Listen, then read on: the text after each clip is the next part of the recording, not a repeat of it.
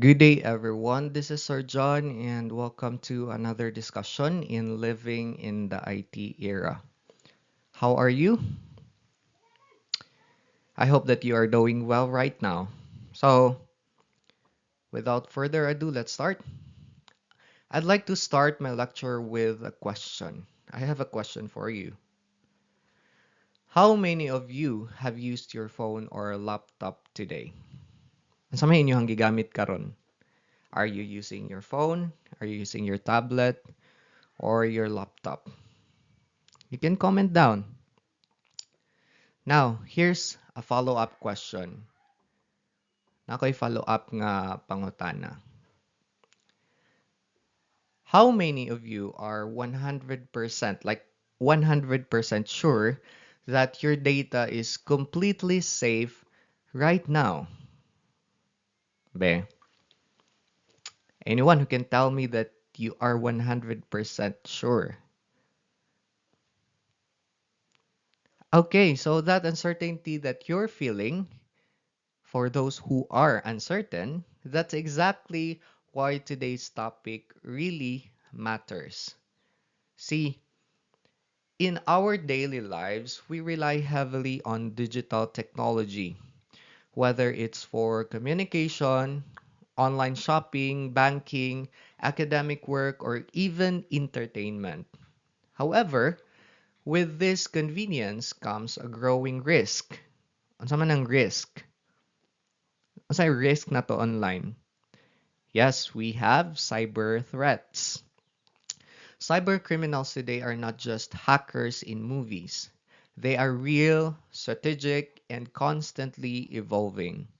From phishing emails and identity theft to online scams and data breaches, anyone, including students like you, can become a target. So we need to be careful. Think about this. A single careless click on a suspicious link can compromise your personal information. It can drain your bank account if you have, or even give someone access to your private files. And the worst part, Pajud Anhi, is that most cyber incidents happened not because of advanced hacking, but because of lack of awareness and unsafe practices. So we can do something about that. Don't worry. That is why our lesson for today's session is not just theoretical. It's practical and essential for your everyday life, especially you as a student. You commonly expose yourselves in the social media oftentimes. Okay, online. Kanunay tamag online. Okay? So, what's our goal for our lecture? By the end of this lesson, you are expected to first enumerate cyber safety tips related to device and computer security. Next is explain 5 safe internet browsing practices and understand how they prevent cyber threats. Next is demonstrate 3 correct security measures when using internet banking or e-wallets, and then outline the correct step for reporting cybercrime both offline and online. We will fulfill these objectives um, during our face-to-face class. Today we will have full lecture.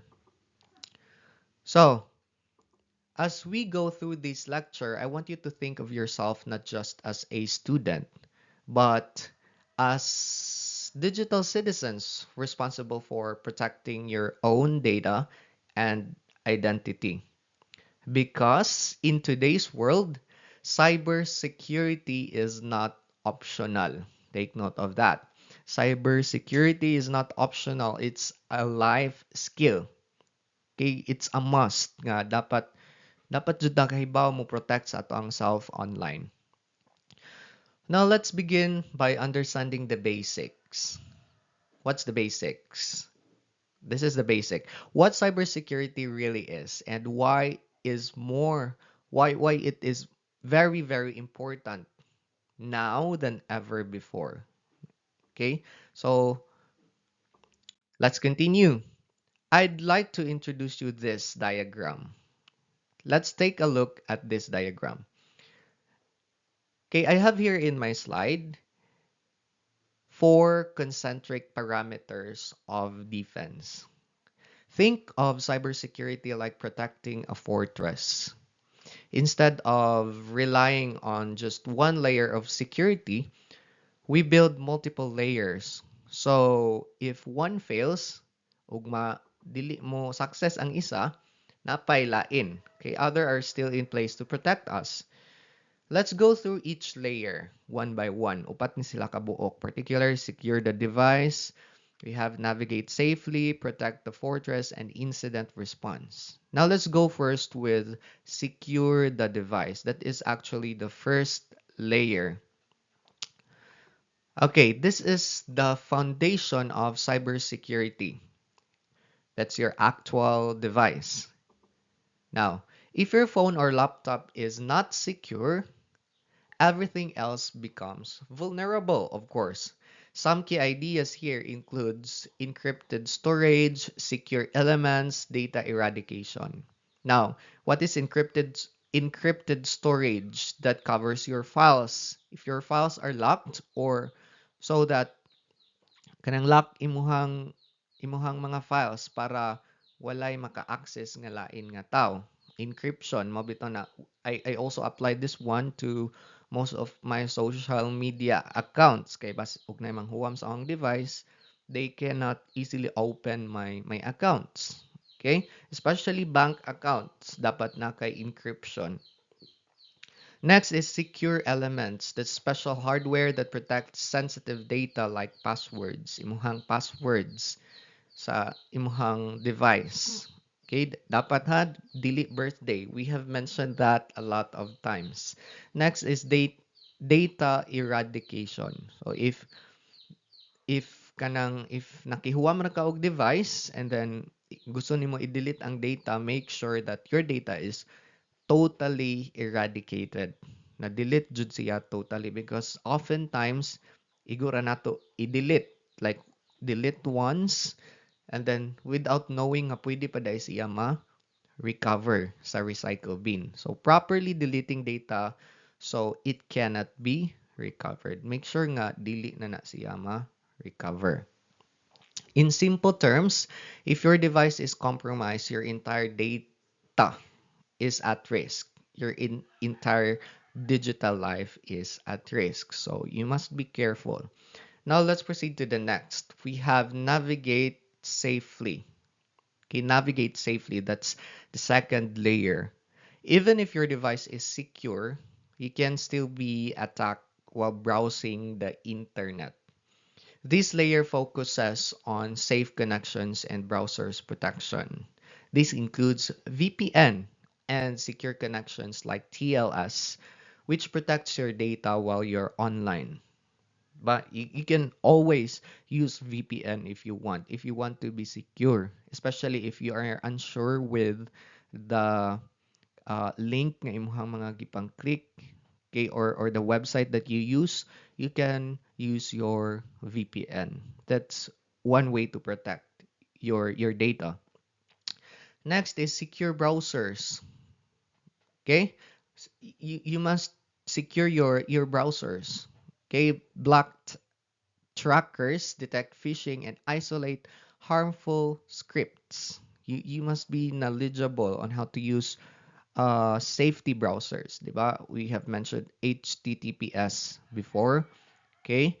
Next, we have DNS security. It helps prevent access to malicious software, malicious websites. This means that you must not only have a secure device, but you must also behave safely online. It's navigating safely talks about yourself venturing online with caution. Okay, you expose yourself online pero with caution. Kanang kuan ka ba? Kanang aware ka sa imuhang mga gipang buhat. Okay, next is protect the fortress. That's the third layer. Now we move to protecting what matters most. what matters most online? Huh? Yes, that's your identity and finances. That really, really matters online. Okay, once your identity is your whole total identity is exposed, kay delikado na kayo kay pwede na nila gamiton to do crimes, okay, using your identity, and we don't like that. We don't want that to happen. Of course, we also ensure that our finances is secured online. Okay, natay mga GCash, natay Maya, natay online bank accounts. So how can we make sure that these things are secured or safe? Okay, I will introduce you the following. We have first MFA. Are you familiar with MFA? That means multi-factor authentication. Okay, kasagaran na to gamit is two-way factor authentication. But that's just one example of multi-factor authentication. That's using passwords plus another verifications like the OTP or the biometrics. Okay. Next, we have transaction monitoring. That's detecting suspicious activity. Okay, from time to time, you have to check your account. Maybe na mga transactions diha nga nahitabo, and then wala po kay check, which is why late na pag nahibaw-an nimo nakabuhat na sila, nakakuha na sila og finances kay wala po kay check sa imuhang account. So you must do your part. You check, you monitor your transactions online, especially imuhang mga bank account if you have. And then lastly, we have identity protection systems, safeguarding your personal identity. Do not give your the full details of your personal information online. Okay? Ayaw gyud ibutang imuhang tanan nga details. Mo na nga if ever mulakaw ka, do not post everything like the address, the time, the asa siya ilhanan kung asa siya dapit, because that's a risk of your personal information. So dapat kanang low-key puta usahay online. Not usahay always online. Dili jud tibuok information ba imuhang ibutang online. That's identity protection system. Okay, adding extra locks to your most valuable assets, your money and identity is very, very important uh in this era. Okay, we are in the information age. Everything is just a click. Okay, so we must be careful. Next, we have the final layer, that's the incident response. Even with all protections that we have, attacks can still happen. So the last layer is about what to do when something goes wrong. Okay, kung naaman di kalikayan nga mahitabo. So sa may ato ang buhaton, we have first detection and containment. Okay, that is identifying the problem and stopping it quickly.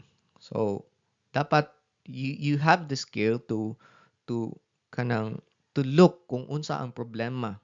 Then if mahibaw-an na nimo unsay problema sa imuhang accounts, okay, online, you have to stop it. You do an action para dili siya mudugay pa.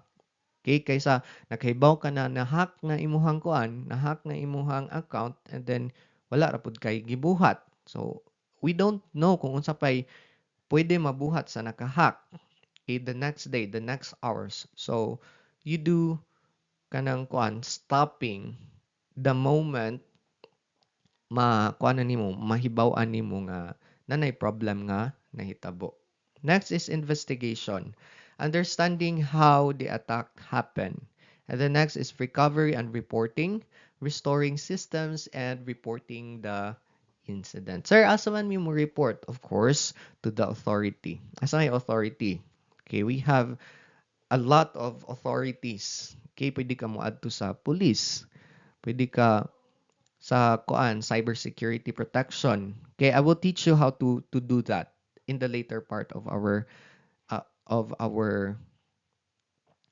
discussion. Okay, cybersecurity, that's cyber threat protection. Okay, we have a lot of agencies for that. Well, in reality, cybersecurity is not just about prevention. It's also about response and recovery. All these layers work together like a uh it works like kuan mura siya og kuan ba say tawag ana depensa. Okay, it work together like a defense. Okay, a defense system mura og sa lawas pa immune system. Okay, we have first secure your device, then browse safely, then protect your identity and finances, and then finally be ready to respond to threats. Okay, di ba ingana po dato ang lawas. Okay, so we have our immune system, and then og mulaban nato ang immune system, that we also do our part. Mo quantum exercise ta, proper diet, taking medicine, and then go to the doctor. Okay, so just the analogy of that. All right. Now, let me ask you, which of these layers do you think student usually neglect the most and why? Kaning upat ka layers, asa may kasagaran nato man-neglect? In my case, I commonly miss navigation safety. Okay? Makalimot ko usahay to navigate safely online. Kay nga naman, usahay makaklik ko og mga link. Bisag mga link nga wala ko sure nga safe ba siya. Okay, that is risk. That's a risk already. And then dili pa jud ko magamit og VPN. And then I'll access social media accounts, do passwords while using public Wi-Fi. Okay, so isa jud na sa guilty ko. And I do hope nga we learn from these mistakes. Diba?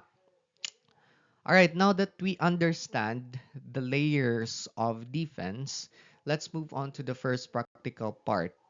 Case that's securing physical endpoints. Okay, let's focus on very often overlooked aspect of cybersecurity.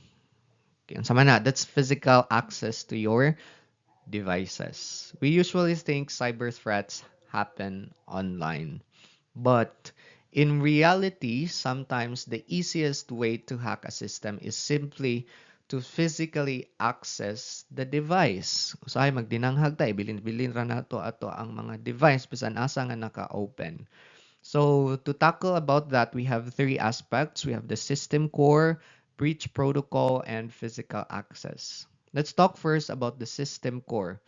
The system core refers to your actual device and its immediate security protocols. That includes your operating systems and your antivirus software. Okay, so next we have a breach protocol. Sa maning breach protocol, what actions or precautions are in place to prevent unauthorized access, especially when you are not around? Example, nakawat imuhang cellphone, unsa may imuhang buhaton. Okay? Sa imong buhaton kung nakawat imuhang device, imuhang i-change ang password sa imuhang mga account, sa pariha imuhang i-deactivate imuhang bank account, imuhang i-deactivate imuhang SIM card. So mo nay kuan protocol nga dapat natong buhaton. Okay. And then next we have physical access risk. Let's be honest. Let's be honest, many of us study anywhere. 'Di ba? Especially you students, bisan asa ra mo mag-study. Okay, may it be in libraries, cafes, sa Starbucks, sa classrooms, sa dormitories nato, or sa ato ang boarding house. Okay, now imagine this situation. You leave your laptop on a table just for a minute, and then you forget your phone, charging somewhere. Imuhang gibuhat nilakaw ka, gibilin to nimo didto. Okay? That's all it takes. Maura jud nay, that's all it takes para vulnerable ka.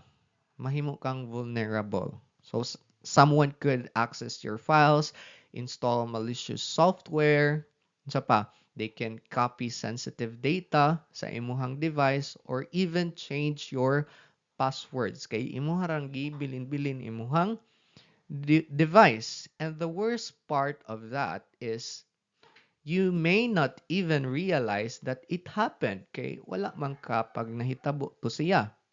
Okay? So, mo na imuhang timan-an. Another very important concept in cybersecurity is controlling access privileges and securing network connections. In this slide, I have here two divisions. Okay, two main ideas. Kaning nasa left side is the user access control. Kani. And then naa sa right side is, let me have pointer. Kani. Money user access control, and then sa right side is network security. Let's start with this inverted triangle diagram. This one. Okay, at the top, we have the administrator account. And then at the bottom, we have the non-administrator account. Now, you may think, why not always use the administrator account since it has full access? Okay, we will talk about software in this discussion. Okay, when you use Manggod, when you use the administrator account, you can have full access of your software. Okay, sa imuhang device. Okay, now here's the problem. The more access that you have, the more damage can be done if something goes wrong. Administrator account has full control over the system. It can install or remove software. It can change critical system settings. But, take note. If malware enters while using this account, it gains full control too. That means greater risk of system damage or data loss. Mao na nga, it's not recommended to use administrator account kung user lang ka. Okay, now let's talk about the non-administrator account that's recommended for daily use. This is what you should use most of the time. Okay, that this account has limited permissions. It cannot easily install harmful programs, reduces the impact of accidental clicks or downloads. Okay, in simple terms, use admin access only when necessary, not all of the time. Or if ang imuhang pagamiton lang anang administrator is kanang mga expert, kang kahibaw jud sila unsay ilahang gibuhat to be safe. Now, let's look at how we connect to the internet. Okay, ari na ta sa koan, network connections. Okay, not all networks are safe, and this is where many cyber attacks happen. So let's talk about secure protocols. Okay, unsa man ning secure protocols? These are safe and recommended connections. Safe and recommended connections. Wi-Fi networks using Wi-Fi protected access or WPA. We have WPA and WPA2 with strong passwords. Okay?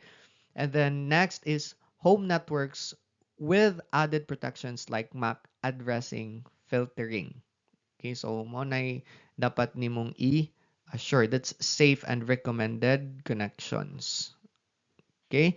Unsay gamiton? Wi-Fi protected access. Okay, dili nang well, we can use public Wi-Fi pero we have to make sure nga ang gi-access nato while using public Wi-Fi is not sensitive data. Okay? This can help ensure that only authorized devices can connect and your data is encrypted and protected. Okay, next is vulnerable protocols. What are the vulnerable protocols? These are risky connections you should avoid. One of that is public Wi-Fi, like Wi-Fi in cafes, malls, or campuses. Even atong Wi-Fi sa BISO, it's not secure because that's public Wi-Fi. And networks using outdated security like WEP. What's WEP? That's wired equivalent privacy. They can still go through your data when you use that. Why are these dangerous? Anong dangerous man siya? Because hackers can first intercept your data, and then they can also monitor your activity and steal sensitive information like passwords or bank details. Okay, so again, be careful.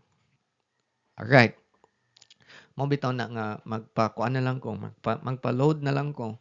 Na-load nga kanang dili ma-expire siya. Dili siya ma-expire pero limited lang. At least maggamiton siya na ho if ever mag-open ko og bank account kay dili na ko need maki-connect sa public Wi-Fi. That's risk man god, risky siya kaayo. Okay, just imagine logging into your e-wallet using free public Wi-Fi. Okay, if that network is not secure, someone could be silently capturing your login credentials. Diba? We don't like that to happen. Don't always use, okay, unsa may ato ang kuan, unsa may ato ang key takeaways ani. Okay, we must be cautious. Okay, mo dun na ito ang huna-hunaon. Dapat kuanta, mapagmatsyag. Do not always use administrator privileges. Use non-admin accounts for daily tasks. Connect only to secure, password-protected networks. And avoid sensitive transactions on public Wi-Fi to be safe online. Okay, I have another question for you. How many of you have connected to public Wi-Fi without thinking twice? Ha? Og maki-connect og pagtanong, uy, na public Wi-Fi, connect ra pud ta dito. 'Di ba? So, I hope that after this discussion, mapapaisip talaga tayo sa mga pinaggagawa natin. Ha? Okay? That's actually a very common habit. But now that you know the risk, you must be careful. Careful, careful, careful, careful lang.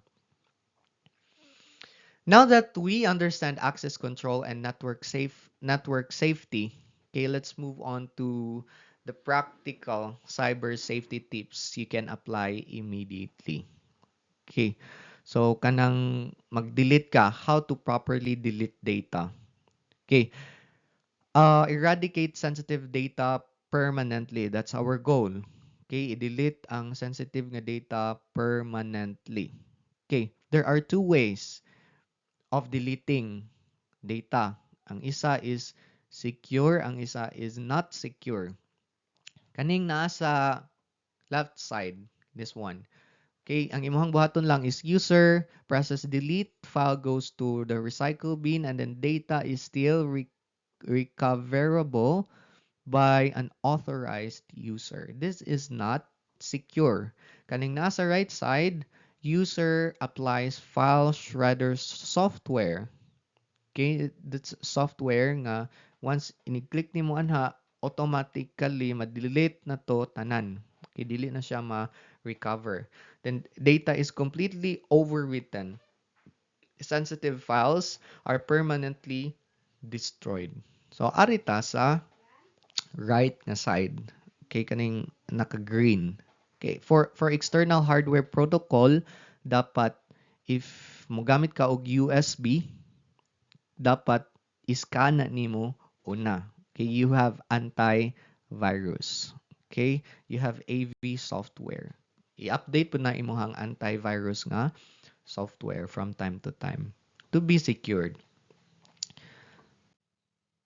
Okay, now let's talk about something that all of you use every single day. Unsa man na? Unsa man ang something nga kitang tanan gamit every single day. Okay, yes, that's your browser. Ito ang browser. We will talk about how to navigate the web safely using a hardened browser interface. What does it mean when I say hardened? Okay, being tag-hardened, it simply means strengthening your browser against cyber threats by using safe practices. We'll focus on three key areas here. We have the URL bar, the extension bar, and form fields and cookies. Let's talk first about the URL bar. That's the first line of defense, okay, in browser interface. Okay, the address of the website. Most students ignore this, but this is actually one of the most important security checks. So, unsa may ato ang buhaton? Always verify the domain name before clicking or purchasing. Be careful of slight spelling differences. Let's say, for example, ning go through Amazon ka. Okay, the right link is amazon.com. Small letters tanan. Pero pag nag-browse ka, ang ni-appear is amazon.com gihapon pero ang O sa word nga Amazon is big letter. Okay, that's red flag already. So dili na dapat nimo ipadayon. Okay, kay the the link is dili siya ang original nga link. Okay, look for trusted domains, especially for official sites. Cybercriminals often create fake websites that look identical to the real ones. Okay, usahay ra ba ang difference lang sa original ug dili is ang usa ka letter gihimo niyang capital or ang ang isa ka word gihimo niyang isa ra ka letter ang giusob. Okay? So risky na siya kaayo. If the URL is wrong, the entire website is likely fake. Okay, so be careful. Second, the extension bar, this hidden risk area. Okay, these are browsers add-ons or plugins. Okay, kakuan mo na kanang naanhing aside, add-ons or plugins, they may look helpful but they can also be dangerous. Unsa may ato ang buhaton? What should what should we avoid? Unsay koan? Dili natong unsay ato ang likayan. Okay? First, we have installing unknown or unverified extensions. Dili ka magpataka og install. The next is clicking add extensions without checking reviews or permissions, and then downloading apps promoted randomly on social media. Kanang mag-download bitaw ka kuan, mag-download ka bisan asa lang, kinaray sila link ihatag, and then adto ra pud ka mag-download. Okay, that's not secure. Asa man ka mo download? Of course sa Google Play, sa official App Store. Kay mga applications dito are verified. Okay? So why is this risky? Anong risky man to siya katong gipang mention ganina? Because some extensions can track everything you do online. They can also steal your passwords or personal data and inject ads or malicious scripts. Okay, unsa may ato ang best practices for this? Okay, ato ang best practices, one of the best practices is only install extensions from trusted sources and only if necessary. Katong how ang said earlier. Third, we have form fields and cookies, okay, where you enter your data. This is where you enter your data. Now, let's focus on where you input sensitive information like login forms. What not to do? Sa may ato ang likayan sa pagbuhat. First is don't use auto-fill for bank details or CVV sa for bank users. Ayaw paggamit og autofill, okay? If you are filling up online. Next is don't save password on shared or public computers. Kanang because naman gyud ko na option na og mo login ka di ba nay mo appear ana nga remember set ko na kanang save password. Yan ayaw dyan na i-save kay ag log out nimo nagkaingon ka nga wala na to pero na-save man ang password, ang sunod nga user maka-access to sa imong account which is risky. And the next is avoid clicking keep me logged in on public devices. Okay, unsa may ato ang angayan nga buhaton? What should we do? First is manually enter sensitive information. Then log out after every session and then clear browser history and cookies when needed.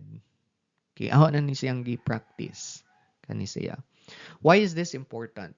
Ganong importante man siya? It's because once your data is stored, once your data is stored, anyone using the same device can access it. And then hackers can exploit saved credentials. Let's be careful. Imagine logging into your e-wallet on a shared computer and then you accidentally click remember me. Na-click ra to nimong remember me. Nya, nakaingon ka nga safe na kapag uli nimo. Katingal lang ka nga nanay lain nga naka-access. The next person who uses that computer could access your account instantly. Sa may ato ang takeaway about this one.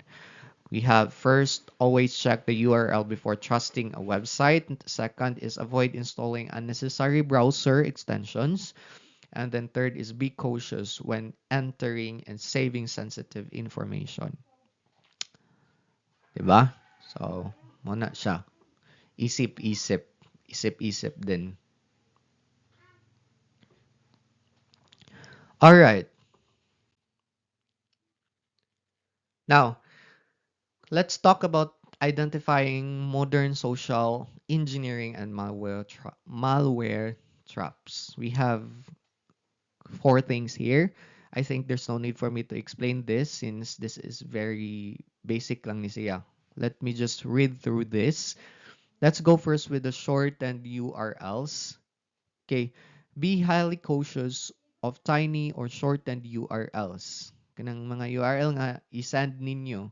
Okay, kung mubo ra na siya, be careful. Okay, it's not the full detail of the URL. Clicking this frequently redirects to malware-infected websites. Next is fake oximeter apps. Avoid unverified health apps claiming to measure your oxygen levels. These fake applications are designed to steal personal and biometric data.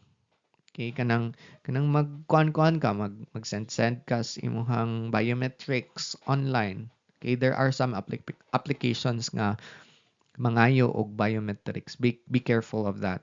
Next is e-commerce and the UPI. UPI means Unified Payment Interface. Beware of highly discounted items, lucrative cashbacks, offers, or festival coupons demanding payment through UPI apps via pop-up ads. Okay, ka na mga pop-up diha. Ayaw gyud mong pataka og click anha, especially if mangayo na siya og kanang bank details or account details. Delikado na siya. And then, lastly, sa lower part, sa right side, we have charities and job portals.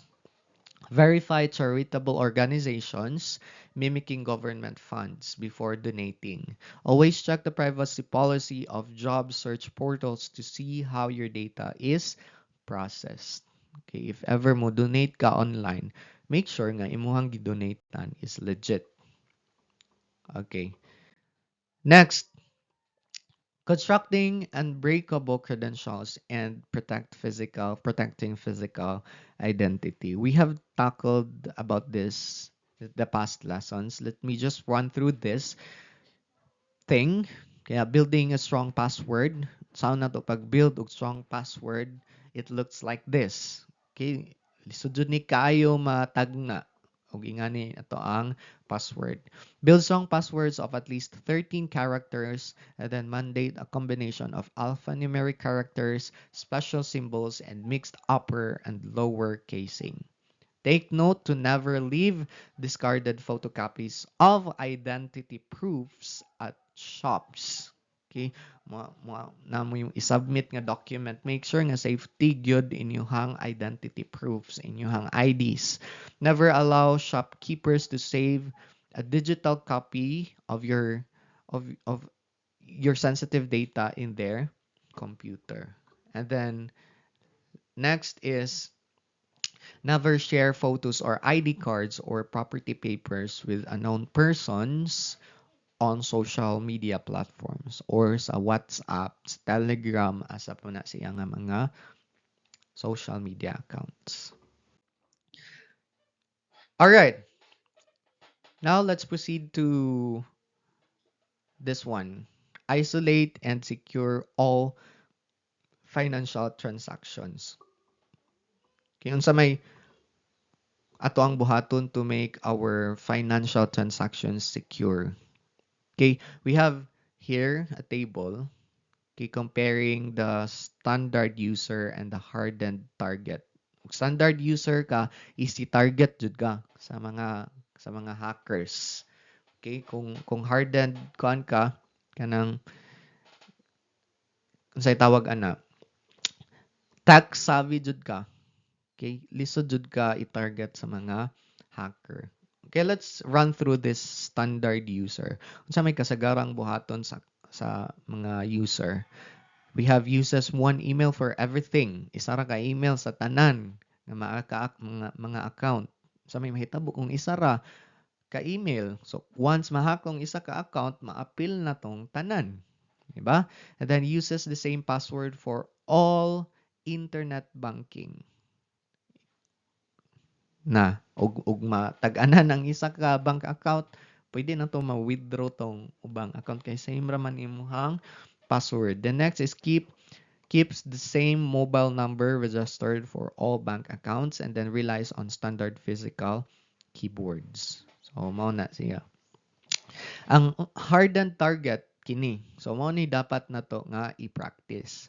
First is maintains two separate email accounts. One for personal communication and one is strictly for financial transactions. Dili ka magsalig sa isa ra jud ka account. Next is uses unique password and different registered mobile numbers across different bank accounts. Next is always use virtual keyboards for net banking logins. Then log off completely and deletes browsing history immediately after transaction completion. Then enable both SMS and email notifications. Detect unapproved transactions instantly. Now, let me emphasize this one. Virtual keyboards are generally safer. Okay, ang 'di ba? Sa standard user, it is mentioned here that they rely on standard physical keyboard. Yeah, dire is virtual keyboard. Ano man na siya? It's because virtual keyboards are generally safer for net banking because they bypass physical input methods that are vulnerable to certain types of malware. Mo na siya ang rason. Next. All right. So this is very common to us. Okay? The MFA. Okay, to save our finances online. Multi-factor authentication or MFA is a security method that requires users to provide two or more forms of verification before accessing an account. In this case, this slide focuses on two-factor authentication. Kining na sa ato ang illustration. Two-factor authentication, which combines something you know, such as your password or PIN, something you have, such as your mobile phone receiving a one-time password or OTP. So, even if someone manages to steal your password, nahibawan nila ang imuhang password, they still cannot access your account without the OTP sent to your device. Mo na nga, ayaw jud isend bisag kinsa if naay mangayo nimo og OTP. Okay? This makes MFA a powerful defense against hacking. Okay, mo na siya nga set your factor authentication sa imuhang mga account. Now let's walk through how this works in real life. When you log in to your e-wallet, you first enter your username and password. After that, the system sends an OTP to your registered phone number. You must enter this code within a short time, usually mga 30 to 60 seconds lang siya. Only after completing both steps will you gain access. Usahay gani kay haselan ko, mahasel ko anhi. Say for example, mag-login ko sa akong YouTube channel or unsa nga mga account. Dugay ko kayo ka-login kay kailangan pa ko moadto sa one device, but after reading through this book, I realized that it's for our safety. Para ra pod na sa ato ang safety. This process may seem simple, but it significantly reduces the risk of unauthorized access. Okay, so this illustration here, my discussion here gives us important warning. If your account is hacked, immediately change your password and contact the nearest police station. Okay, this highlights that cybercrime is not just a technical issue, it has real world consequences. Financial loss, identity theft, and fraud are serious problems. Aside from contacting authorities, you should also immediately report the incident to your e-wallet provider or bank and secure your account. Dapat mo report jud ka sa bangko para if possible i-freeze nila imuhang account para dili pa makabuhat o laing transaction ang mga hackers.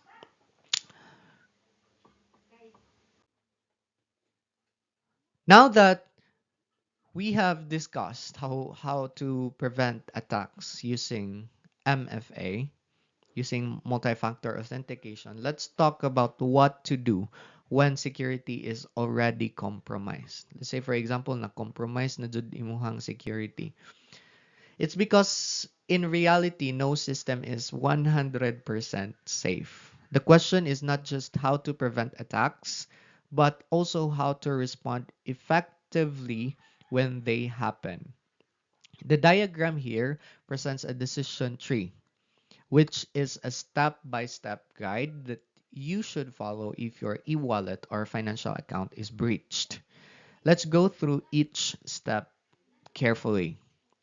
We have first, kani, that is containment. If you suspect that your account has been hacked, your immediate action should be to change your passwords right away.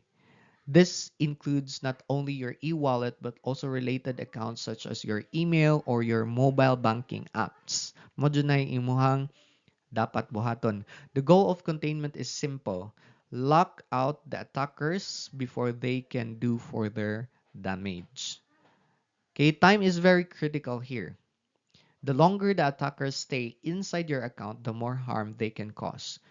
Pwede nila, once makasud sila mismo mo change sa imong password. Dili na hinoon ka maka-access.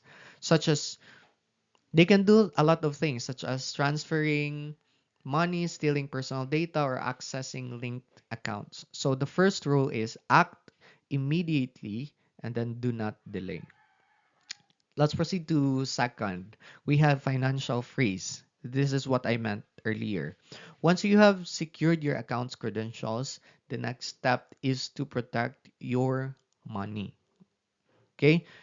You must contact your bank or e-wallet provider immediately and request them to block or freeze your account, disable transactions, and secure linked cards. This step prevents unauthorized transactions from continuing. Think of it this way. Even if the attackers is inside your system, a financial freeze ensures that they cannot move your money. This step highlights an important concept in cybersecurity. Damage control is just as important as prevention. Third, we have official reporting.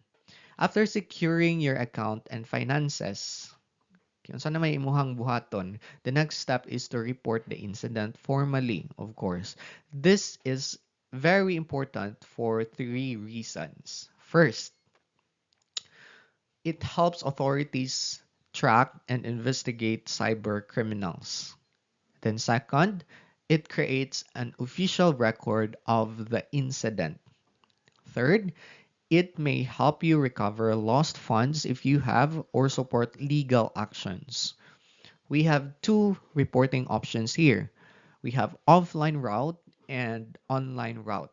Okay, so the offline route, let's visit the nearest police station or a cybercrime unit. Manay offline. Online, report through official cybercrime reporting platforms. In the Philippine context, this could include reporting to the PNP Anti-Cybercrime Group or your bank's fraud department. Okay, you can easily access it. You can easily report incidents karon. But you have to make sure that you have provided the the evidences. Okay, the required evidences para ma-entertain ka. Now, let's step back and analyze the structure of this process. This decision tree follows a logical order. We have stop the attack, that's containment, protect assets, that's financial freeze, and then escalate the issue, that's official report. This reflects a standard principle in cybersecurity: incident response. Respond, recover, and then report. Let us try to connect this to your role as a student and future professionals. Many people, when their account are compromised, panic. Once gani ma-compromise na to ang account, magpanic jud ta. They don't know what to do or they delay actions. But as individuals living in the IT era, you must develop cybersecurity awareness and discipline. Remember, a fast response can prevent financial loss. A delayed response can make the damage worse. So choose. Choose. To summarize this, if your e-wallet is breached, immediately change your passwords to contain the attack. Contact your bank to freeze financial access and then report the incident to proper authorities. Okay, I hope that's clear. All right. Now we're done discussing about how to prevent attacks and how to respond immediately when breach occurs. Let's move to the next critical step. That's gathering the right evidence for investigation and legal actions. Moni ato ang dapat ma-gather when we do reports. Because in cybersecurity incidents, especially fraud cases, evidence is everything. Without proper evidence, it becomes very difficult for authorities to track the attacker, build a case, recover stolen assets. So, lisod na para nila if wala kay ebidensya. They cannot perform confiscation if wala kay evidence. This slide here shows the exact type of evidence you need to collect depending on the type of the cybercrime. Let's break this down into three common categories. We have social media fraud, financial fraud, and fake website fraud. First, we have the social media fraud or fake accounts. This happens when someone creates a fake profile to impersonate another person or scam victims. This is very rampant nowadays. If you encounter this, you need to collect the following. So, imong i-collect. First, we have screenshot of the fake profile. Next is exact URL of the fake account. And then a self-attest copy of your official ID. Now, why are these important? The screenshot proves that the fake account exists. Kanang imong screenshot. And then the URL helps authorities locate and track the accounts. And then your ID verifies your identity as the legitimate person being impersonated. This type of fraud is very common, as what I have mentioned, especially in online selling and impersonation scams. Now let's proceed to financial fraud. This is one of the most serious types because it involves actual monetary loss. Ikaw kuno'y mawad-an og kwarta, di ba? Lisod kaayo. Okay, the required evidence includes the following. First is a bank statement or credit card record. Okay, with fraudulent transactions clearly highlighted. Nang nakuan jud adto nga kanang na ay nawala sa na ay na withdraw sa imong account. Your account, and then next is your account number, the card number, and the registered mobile number, screenshot of messages, OTPs, or suspicious links that you received. These pieces of evidence helps establish a timeline of the attack. For example, the transaction record shows when and how money was stolen. Messages or OTPs may reveal how the attacker gained access. This is crucial for both investigation and possible recovery of funds. Let's proceed to the third one, this fake website fraud. This involves malicious website designed to look legitimate in order to steal information or money. To report this, you should gather the following. First, we have screenshot of the fake website. Next is the exact URL of the malicious site, and then a copy of fraudulent transaction receipt if any payment was made. Again, the principle here is documentation. Authorities needs clear proof that the website exists, it is deceptive, and it cost financial or data loss. Now, you may notice a repeated phrase in the slide. So may repeated phrase na to anhi. That is, okay ni, self-attest. Okay, self-attested copy. This means that you personally sign or certify that documents you are submitting is true and belongs to you. It adds credibility and authenticity to your report. Let's connect this to a bigger idea in IT and cybersecurity. Well, this process is part of what we call digital forensics, the practice of collecting, preventing, and analyzing digital evidence. One important rule in digital forensic is if it's not documented, it didn't happen. Okay, once gani wala kay evidence, pasabot ana, wala na hitabo. That is why screenshots, URLs, and transaction records are extremely important. Okay, however, there is also a reminder here. While collecting evidence, do not alter or edit screenshots. Ayaw jud i-edit.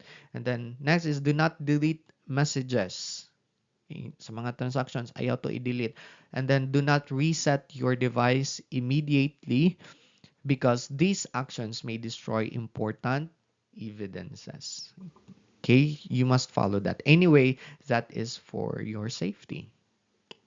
Diba? Okay, now as we come to the end of our session, let's take a moment to reflect. Okay, mag-reflect sa taas as we end. Today, we didn't just talk about cybersecurity. We talked about protecting your digital life. From understanding the layers of defense to practicing safe browsing habits to securing your devices, accounts, and financial transactions, and even knowing how to respond to the cybercrime. Everything we discussed is something that you can apply immediately in your daily life. Let me leave you with this thought. In today's world, you don't need to be a hacker to be involved in cybersecurity. You just need to be responsible user because most cyber attacks don't happen due to complex systems as what I have mentioned earlier. They happen because of simple human mistakes. So before you click a link, before you connect to a Wi-Fi, before you enter your password, pause and think. That 1 second of awareness can save you from serious consequences. Cybersecurity is not just an IT responsibility, it is everyone's responsibility. And as a college students, future professionals, and digital citizens, you play a crucial role in making the online world safer. Starting today, I challenge you, apply at least 3 cybersecurity practices you have learned from this lecture. And then share this knowledge with your friends and families, and then stay informed about new cyber threats. Always remember, class, always remember, stay alert, stay informed, and stay secure. Okay, thank you so much. Thank you for listening, and I hope that this session helps you become smarter and safer in the digital world. Again, this is Sir John. If you have any question or concern, any idea, you can comment it down in the comment section of this video. We'll have feedbacking about what we have talked. Okay, we will have interaction about things that we have talked online during our face-to-face classes. I do hope that we have utilized our time very well and you have learned something from our discussion. I think that's all for today. Thank you so much for coming. You are dismissed and be safe.